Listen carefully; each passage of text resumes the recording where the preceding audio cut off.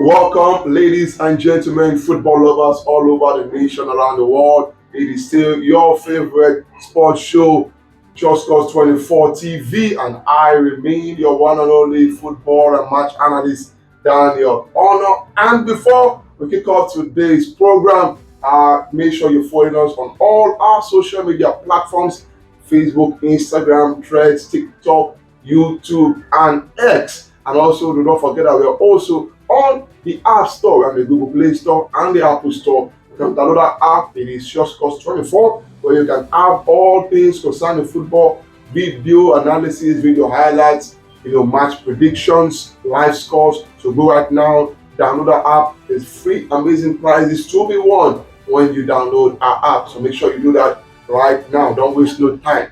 All right, so now we're going to be heading straight into the show, and it is match day 3, week number 3 for the EPL. Oh my God, what amazing week. 3 rounds of matches we've had so far, and I can tell you that it is unbelievable what has happened. Man City is stream rolling, and we're going to look at all the results of this weekend in the EPL, the English Premier League. And we're going to be starting on Saturday. We're going to be starting with Manchester City versus West Ham. Man City just hammering past West Ham 3 goals to 1. It's just absolutely amazing.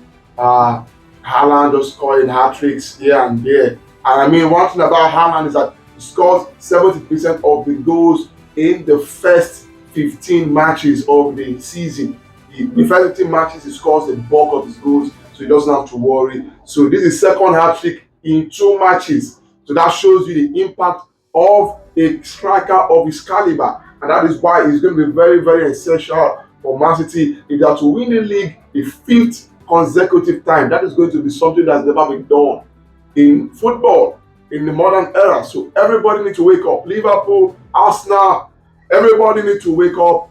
I would have called Manchester United, but we saw what happened on Sunday. There was a destruction at Old Trafford, which we are going to be going into very soon. And also, we look at the next match, Nottingham Forest, who have now been stabilizing in the Premier League. Remember that they came last season into the EPL, and now they, I think, have some kind of maturity in their play. They held Wolves to a 1-1 draw, and then Aston Villa defeated Leicester 2 goals to 1. Aston Villa, as you know, they're going to play in the Champions League, and they've built up their squad, very strong squad, and it's showing, in their game that they are ready to compete with the big boys. They're ready to play with the big boys, and they're showing just it. So we're going to wait to see what they can do in the UEFA Champions League when it kicks off very soon, later this month. And for now, in the EPL, Aston Villa are coasting, doing very well in the EPL. And next is Ipswich versus Fulham. Ipswich, who is just coming to the EPL, I think they are getting it a little better. They were trashed by City, but I mean, who has not been trashed by City? So I'm not going to count that for Ipswich for playing against a decent EPL side, Fulham. They're getting a point out of 3. So that is good for the management. That is good for them to build confidence. From there, they can grow, develop, build up their strategies and tactics. So that's a very good one for Ipswich. And then we'll move on to Everton versus Bournemouth, which was a very disappointing day for Everton. I think a change of managers over the years have really brought Everton low. This used to be a very decent team that sometimes in the top 6, top 7, but I think other teams have just been developing faster than them. So they lost to Bournemouth at home 3 goals to 2. They went 2 goals up, and if it was the era of David Moyes, there was no coming back from that. But Bournemouth came back to win that match 3 goals to 2. I cannot imagine how the fans at the stadium were feeling. When you are celebrating, you are 2 goals up, you thought the game is won and all over, and then you allow your opponents to have a comeback. So I mean, that was just not very good. So I think the coach on Dice has to go and work on his tactics and make sure, and his players as well, to make sure they can deliver on the kind of strategy and tactics he wants to apply. And next, we're going to go into Brentford versus Southampton. Brentford defeating Southampton 3 goals to 1. It was a very good match. Brentford have, since coming into the Premier League for the past 5 seasons, they've been a very decent side. They've been growing steadily. They don't have the funds, the money, the oil money, but they have a very good coach. They have very good quality caliber of players. They They do very good business in the transfer market. They buy very low and they sell their players very high, almost like the stock market. So they're very decent side. They debated starting 3 goals to 1. Now even Ivan Tony is now going to Al Ahly in the Saudi Arabia Pro League. So they may have some funds for that money they can use to purchase, buy some other new, younger, stronger players to replace him. All right, and now we move on over to also to Arsenal against Brighton. The red card that Rice had probably affected Arsenal because they ended the match 1-1 apiece.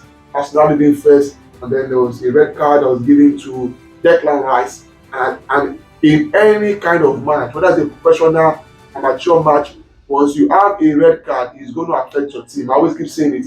No matter who you are, once you have a red card, it's going to affect your team. And it did affect Arsenal.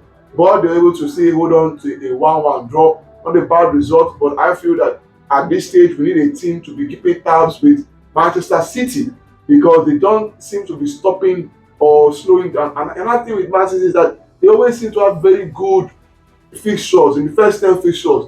They have, lower teams they can easily get 3 points from, which already boosts their confidence, boosts their morale. That's something I noticed. They start the season with decent sides, they can easily get 3 points from.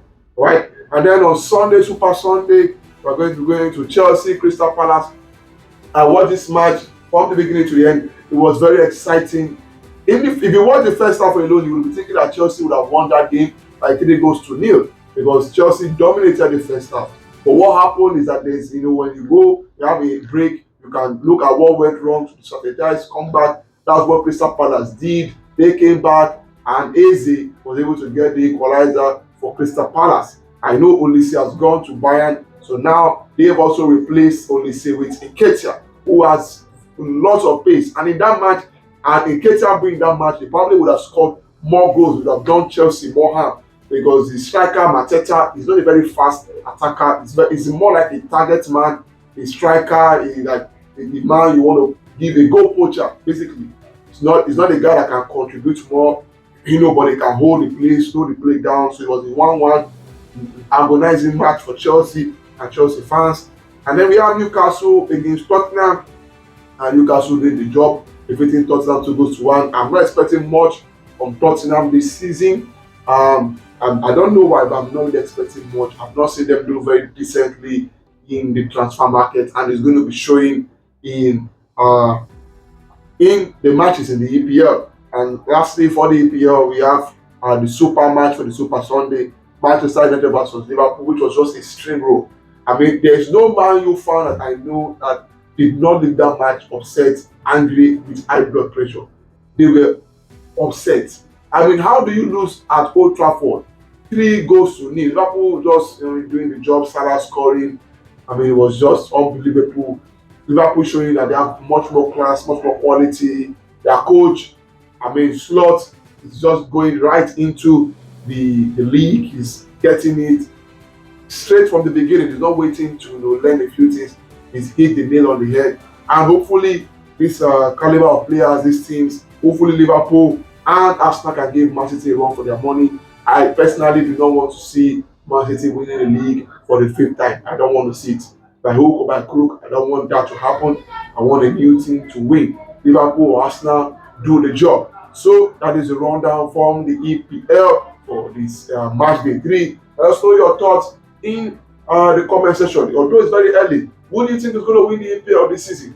Which team do you think is going to be first, second, third, and fourth? Let us know in the comment section. Wherever you're watching this video, we always want to connect with you, to chat you up, reply your comments. So let us know in the comment section, who do you think is going to win the EPL? Do you think it's going to be Manchester City again? Or could it be Arsenal? Could it be Liverpool? Who do you think is going to be? Let us know in the comment section. Alright, don't forget to like this video, share this video, and also do not forget to download our apps on the App Store. It's just called 24 on the Google Play Store and on the Apple Store. I remain your one and only Daniel Ono.